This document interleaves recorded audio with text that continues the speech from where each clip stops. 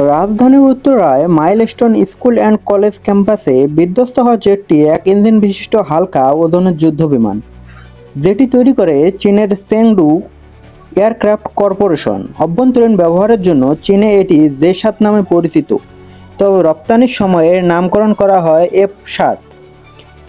1960 থেকে 1990 এর দশক পর্যন্ত চীনের পিপলস লিবারেশন আর্মির বহরে সবচেয়ে বেশি উচ্চতায় উঠতে সক্ষম ও দ্রুতগামী জেট ছিল জে-7। আধুনিক বিমান প্রতিরক্ষা প্রযুক্তি নিয়ে কাজ করা ওয়েবসাইট airforceTechnology.com এর তথ্য অনুযায়ী জে-7 এর নকশার অনুপ্রেরণা নেওয়া হয়েছে সোভিয়েত ইউনিয়নের সময়কালে তৈরি যুদ্ধবিমান মিগ-21 থেকে।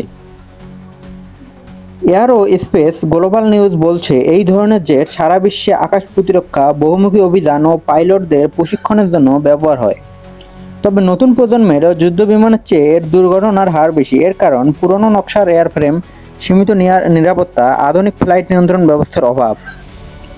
তাই দ্রুত গতিতে ও কম উচ্চতায় প্রশিক্ষণের সময় পাইলটদের বিশেষ মনোযোগের প্রয়োজন। বাংলাদেশ, পাকিস্তান ও ইরানে এর আগেও F-7 বিধ্বস্ত হয়েছে, অনেক পাইলটের প্রাণ গেছে।